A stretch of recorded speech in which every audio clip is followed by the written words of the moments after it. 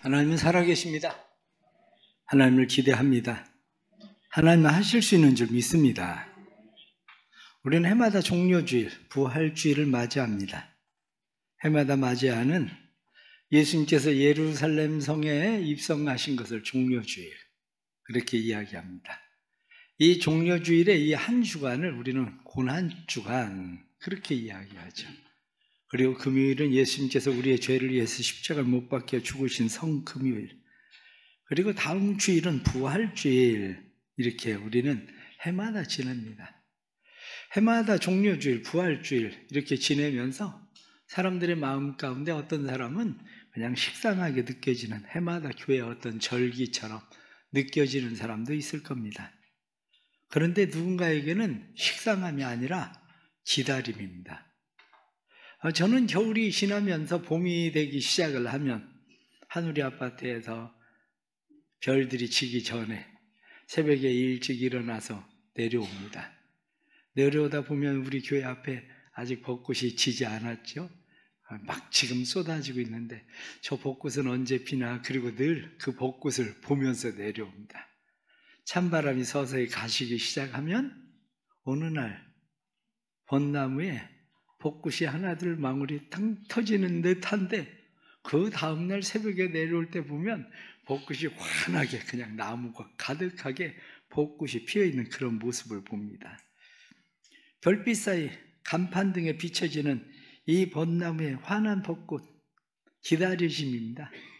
그러면서 얼마나 그 꽃이 아름다운지, 앙상한 나무에 그 환하게 옷 입혀진 그 꽃을 볼 때마다 마음이 밝아집니다. 겨울이 없다면, 겨울이 지남이 없다면 그런 기다림이 있을까?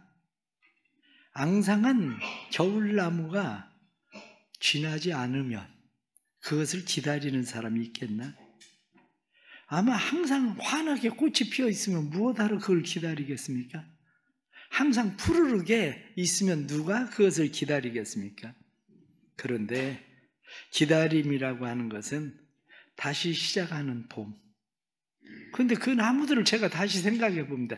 이 나무들 가운데에 해마다 봄, 여름, 가을, 겨울, 그래서 봄에는 꽃이 피고, 그리고 여름에는 푸르르고, 가을이면 또 다 낙엽이 떨어지고, 겨울이면 앙상하게 되고, 그리고 또 다시 봄이면 꽃이 피고, 그런다고 해서 이 나무들 가운데에 지쳤다, 해마다 이게 무슨 짓인가, 이제 그만 꽃을 피워야 되겠다, 이렇게 생각하는 나무가 있을까? 그리고 생각을 해봅니다. 아마 그런 나무는 없을 것 같아. 그와 같이 저도 해마다 종려주일을 맞이하고 부활주일을 맞이하지만 저는 해마다 포기하지 않습니다. 해마다 저는 기다립니다. 왜냐하면 부활주일, 그것을 기다리는 것은 저는 제 모습을 너무 잘 압니다. 겨울나무처럼 서 있는 내 모습, 그냥 앙상한 가지만 남은 내 모습, 하나님의 은혜가 메말라 버린 내 모습, 그저 열매 없는 내 모습, 봄비를 기다리고 그리고 식어버린 내 모습 속에 다시 하나님의 은혜가 회복이 없으면 안 되는데, 이런 마음이 제 마음에 있기 때문에 늘 저는 부활절 기다립니다. 왜냐하면 저는 종종 그래서 그런 찬양을 부릅니다. 언제나 내 모습 너무나도 부끄러워 무릎으로 주님께 기도로 가오니, 나 홀로 서 있는 죽은 내 영 깨우사 주님만 나를 세워 내 영 살게 하소서. 같이 부릅니다. 주님 내 안에, 주님 내 안에, 내 안에 계시고, 주님 내 안에, 주님 내 안에, 나를 살게 하소서. 제 모습 너무 잘 압니다. 제가 그냥 겨울나무처럼 서 있는 내 모습. 하나님의 은혜가 아니면 다시 충만해질 수도 없고, 하나님의 은혜가 다시 내리지 않으면 기쁨도 즐거움도 소망도 없다는 사실을 알기 때문에 부활주일은 그냥 저에게는 해마다 그냥 지나치는 식상함이 아니라 저에게는 새로운 기다림입니다.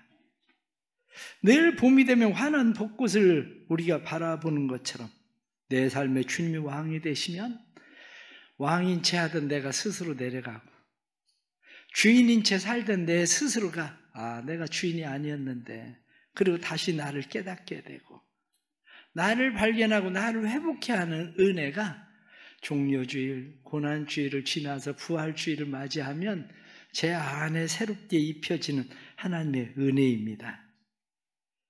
아타나시우스는 하나님은 우리를 하나님과 같이 되게 하시려고 하나님이 사람이 되셨다.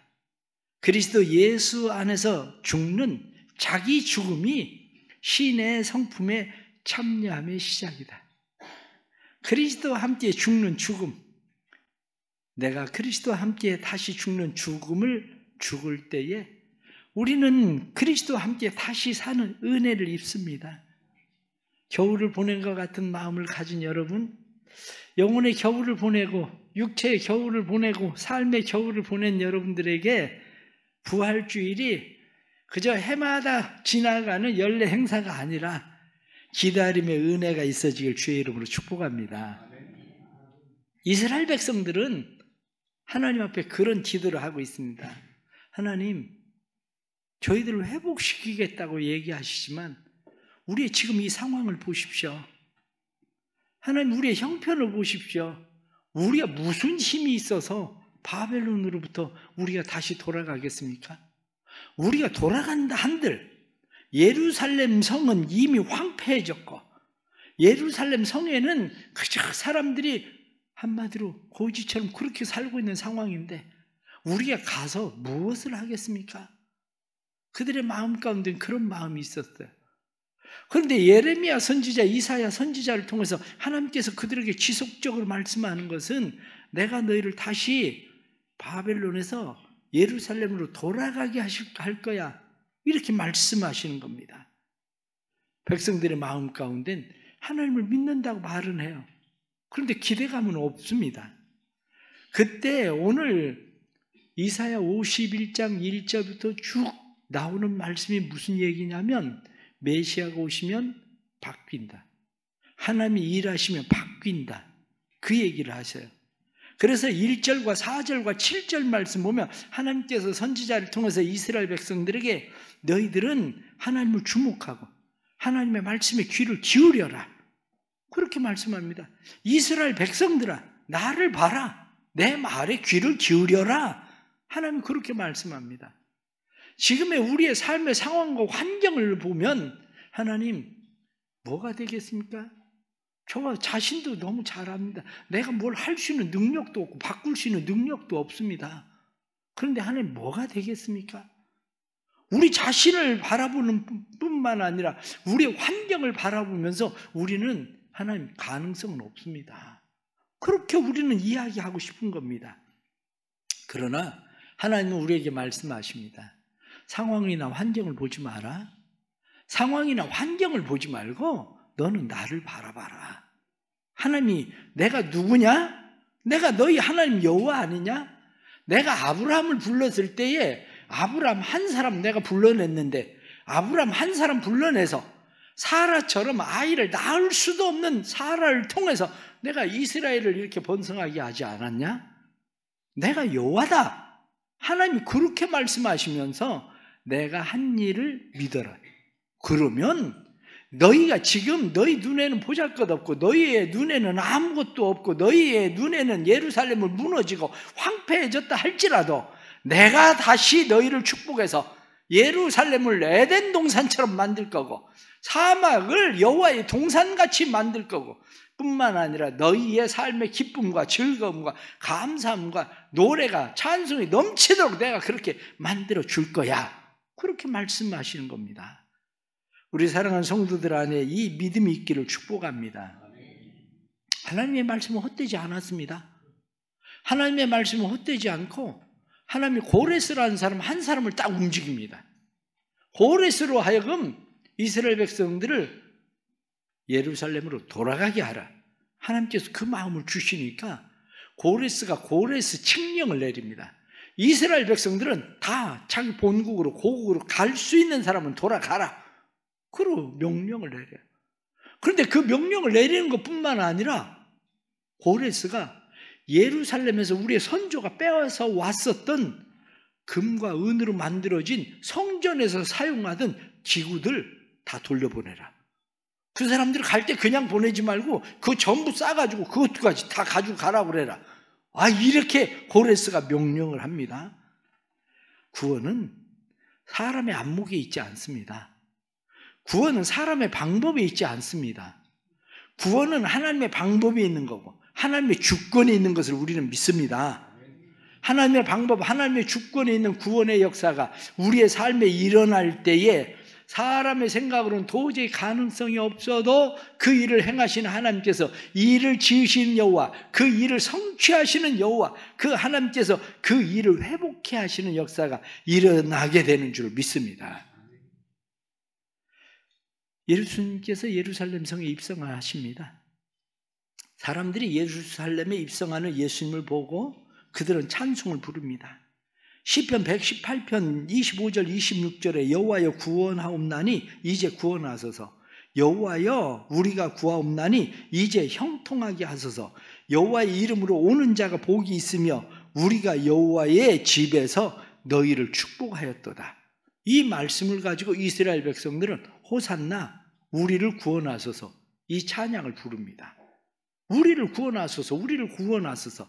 예수님께서 예루살렘에 입성할 때 사람들은 종려나무 가지를 흔들고 그러면서 예수님을 대대적으로 환영을 하는데 BC 45년에 시자가 루비콘 강을 건너서 로마에 입성을 할 때에 100만의 사람들이 환영을 해요. 대대적인 환영을. 개선하며 들어오던 시자를 환영하죠. 1815년 나폴레옹이 파리로 입성을 할 때에 50만의 파리 시민들이 대대적으로 나폴레옹을 환영을 해요. 예수님께서 예루살렘에 입성할 때 그때 6월절에 예루살렘에 있었던 사람들이 얼마라고 보냐면 280만이라고 봐요. 280만의 사람들이 메시아 호산나 다윗의 자손으로 오시는 이여 그리고 예수님을 대대적으로 환영합니다. 찬송하리로다 다윗의 자손이여 오셔서 우리를 구원하소서 가장 높은 곳에서 호산나 하더라. 그러면서 그들은 예수를 찬양합니다. 그런데 그 찬양은 얼마 가지 않습니다. 그들이 예수님을 찬송하고 예수님을 메시아로 받아들이선 그러한 이유는 다름이 아니라 우리가 바라고 있는 메시아가 있었거든요. 자기들이 바라고 있었던 메시아는 이 정치적인 로마의 압제로부터 우리를 건져낼 수 있는 우리로 하여금 부유하게 하고 우리를 다시 번성하게 할 수 있는 메시아가 오기를 기다리고 그래서 종려나무 가지를 흔든 것은 승리의 상징을 하고 있는 나무이기 때문에 종려 가지를 흔들면서 호산나 우리를 구원하소서 그리고 그들은 예수 그리스도를 환영한 겁니다. 그런데 웬걸? 예수님이 오시고 나서 별 일이 일어나지 않습니다. 대단한 어떤 획기적인 일이 일어날 줄 알았는데 아니 그런 일이 일어나지 않습니다. 그것을 보면서 사람들의 마음 가운데 실망하는 마음이 생깁니다. 그런데 거기다가 종교 지도자들이 예수에 대해서 이야기하기를 저놈은 메시아가 아니야. 저놈은 이단아야. 그러니까 십자가 못 박아 죽여야 돼. 이렇게 이야기하니까 그 이야기를 들은 사람들은 호산나 그렇게 부르더니 십자가에 못 박으셔서 이렇게 외치기 시작합니다. 그러면서 마침내 예수님은 십자가에 못 박혀 죽음을 당하죠. 우리가 이것을 보면 우리 자신들의 모습이 어떤지를 보게 됩니다. 오늘 교회 와서 우리가 이렇게 앉아있지만 우리가 예수 그리스도를 믿고 의지하고 신뢰한다고 말하지만 우리가 호산나 호산나 그리고 우리를 구원하소서 그리고 우리가 찾고 있는 예수는 어떤 예수입니까?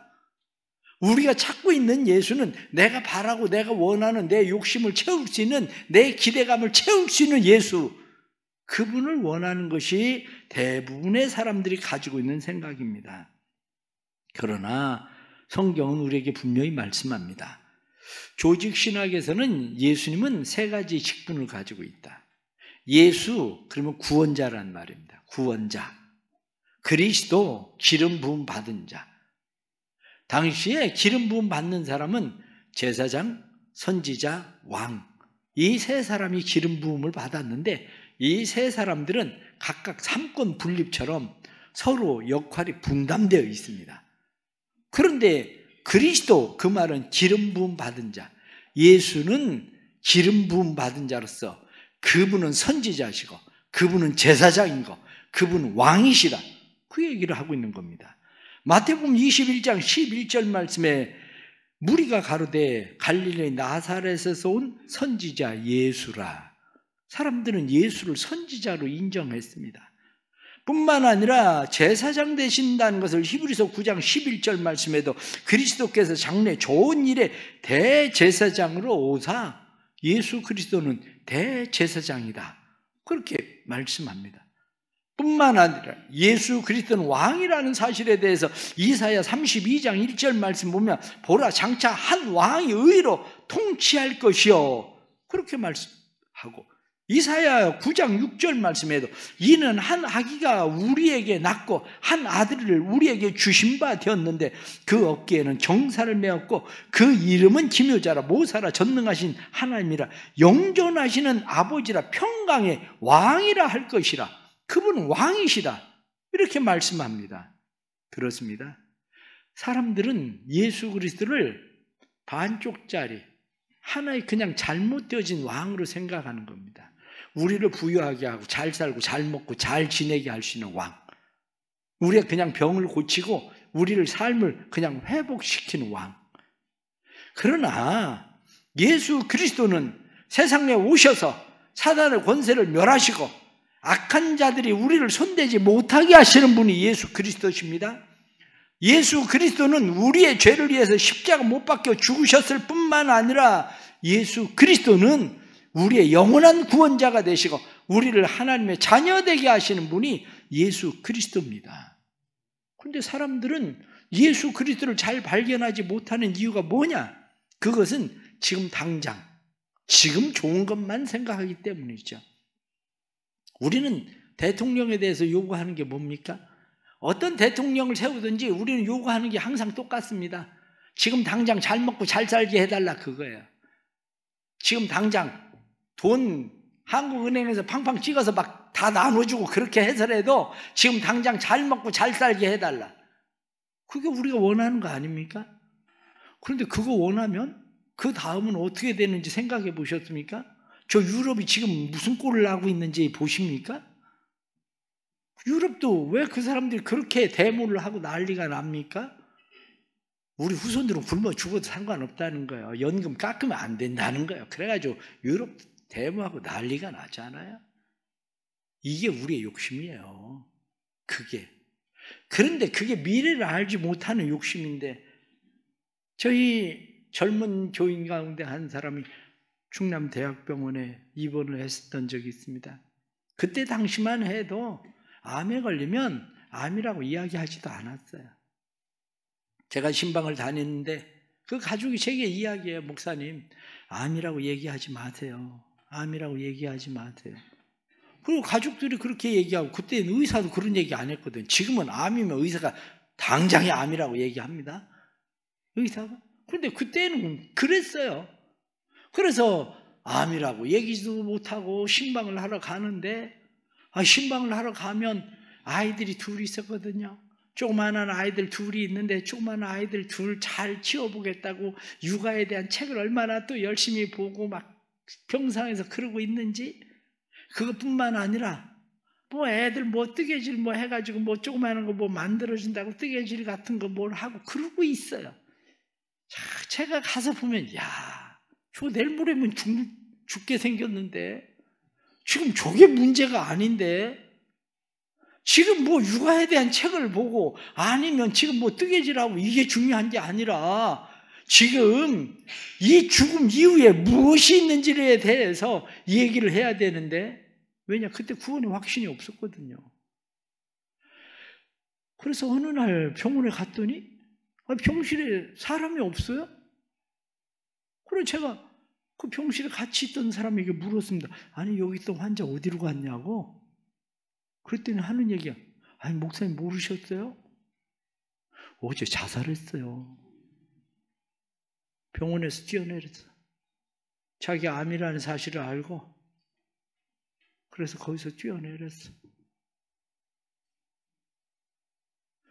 제가 볼 때는 지금 당장 육신의 질병의 문제가 아니라 영원한 생명이 걸려있는 문제가 있는데 그저 육아에 대한 책이나 보고 있는 모습이 얼마나 안타까운지, 그 모습이 오늘날에도 마찬가지입니다.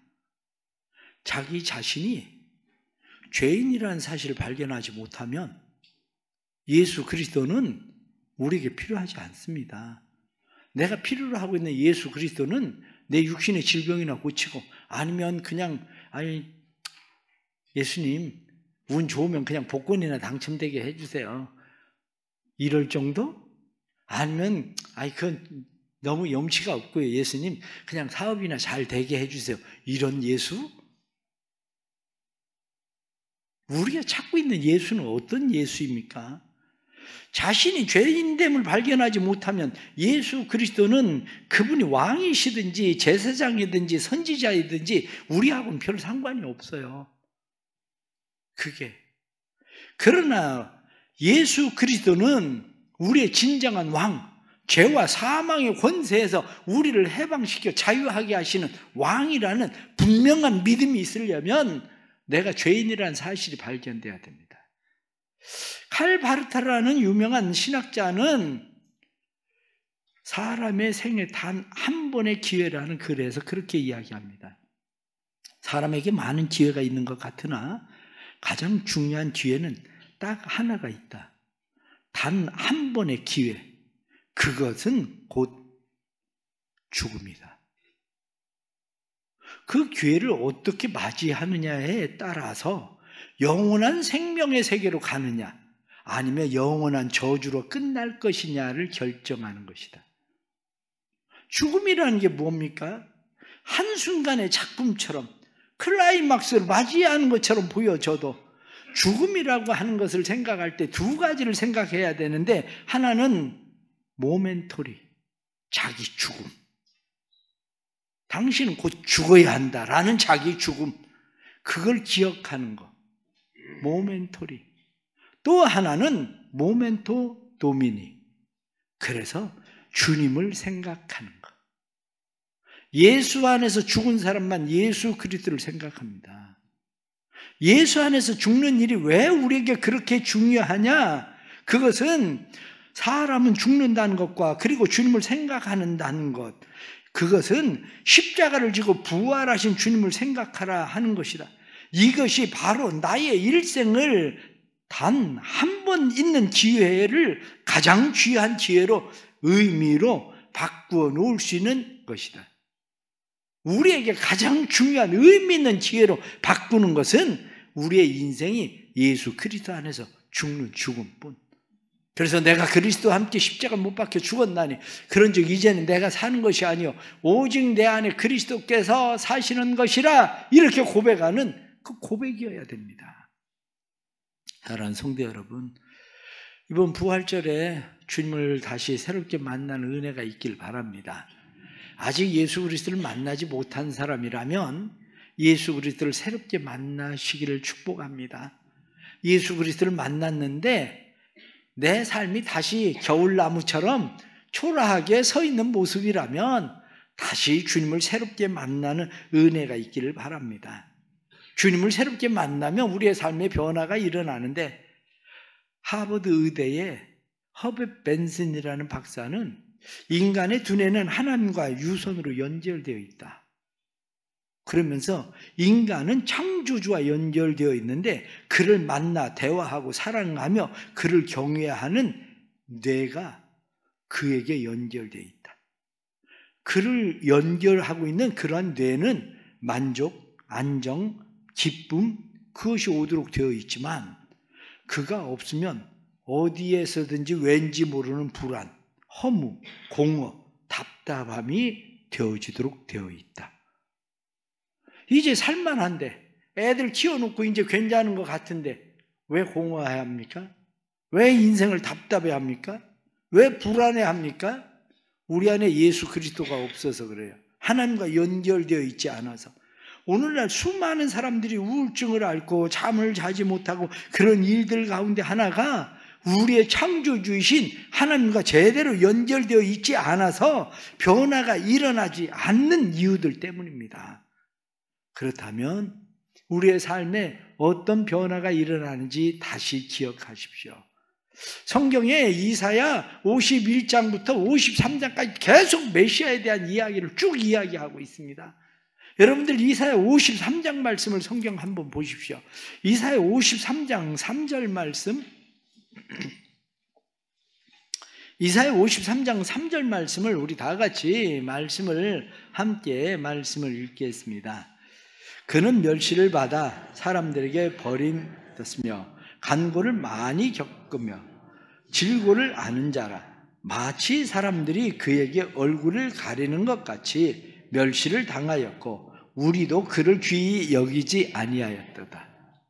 예수 그리스도에 대해서 사람들이 멸시하고 귀하게 여기지 않는 것처럼 우리도 예수 그리스도에 대해서 멸시하고 귀하게 여기지 않는다. 그러나 예수 그리스도는 누구냐? 이렇게 이야기할 때 이사야 53장 5절 말씀부터 6절을 다 같이 함께 보겠습니다. 그가 찔림은 우리의 허물 때문이요 그가 상함은 우리의 죄악 때문이라. 그가 징계를 받음으로 우리가 평화를 누리고 그가 채찍에 맞음으로 우리는 나음을 받았도다. 우리는 다 양 같아서 그릇 행하여 각기 제 길로 갔거늘 여호와께서는 우리 모두의 죄악을 그에게 담당시키셨도다. 아멘. 그렇습니다. 예수 그리스도 그분은 우리의 병과 질고와 우리의 모든 것을 담당하신 분. 그래서 우리는 예수 그리스도가 누구신지를 바로 알고 바로 믿는 그러한 것이 우리에게 필요합니다. 예수 그리스도는 우리를 죄로부터 승리하게 하시는 분, 예수 그리스도는 사망의 권세에서 우리를 놓아 자유하게 하시는 분, 예수 그리스도는 우리로 하여금 세상을 이기게 하시는 분이라는 믿음을 갖기를 바랍니다. 또 하나 놀라운 비밀이 있는데 그 비밀은 바로 오늘 성경 본문에 나타난 말씀을 다시 보시기를 바랍니다. 51장 3절 말씀 다시 다 같이 말씀을 함께 읽겠습니다. 다 같이 시작. 나 여호와가 시온의 모든 황폐한 곳을 위로하여 그 사막을 에덴 같게 그 광야를 여호와의 동산 같게 하였나니 그 가운데에 기뻐함과 즐거움과 감사함과 창화하는 소리가 있으리라. 아멘. 그렇습니다. 믿으십시오. 우리가 보고 있는 삶의 상황과 환경들, 내가 생각할 땐 도저히 가능성이 없어도 그것을 가능하게 하시는 분이 있다는 사실을 믿으십시오. 그분이 우리의 삶의 왕으로 오시면, 우리의 삶의 주인이 되시면 우리의 삶의 황폐한 곳 위로하신다. 뿐만 아니라 사막과 같은 광야와 같은 그러한 곳을 여호와의 동산과 같이 만들어 주시겠다. 우리의 삶을 다시 회복시키겠다고 성경 말씀합니다. 그리스도인이 누굽니까? 기독교인들이라는 것이 뭡니까? 그리스도인이라는 것은 십자가를 바로 이해하는 사람들이 그리스도인입니다. 그리스도인은 예수 그리스도의 죽음이 무엇인지를 알고 그 죽음을 내 죽음으로 받아들인 사람들이 그리스도인입니다. 그리스도인은 십자가 안에 감추어져 있는 무궁무진한 비밀을 깨닫고 아는 사람들입니다. 그러기에 예수 그리스도를 받아들이고 십자가의 비밀을 아는 사람들은 죄와 사망의 권세로부터 놓여 자유하는 것뿐만 아니라 우리의 삶을 회복시키시는 하나님의 능력이 나타나서 다시 우리의 삶에 기쁨과 즐거움과 감사함과 찬송이 끊어지지 않게 하시는 분이 하나님이시라는 사실을 우리는 깨닫게 되는 것입니다. 부활주의를 앞두고 우리 성도들의 삶에 이 은혜가 있기를 바랍니다.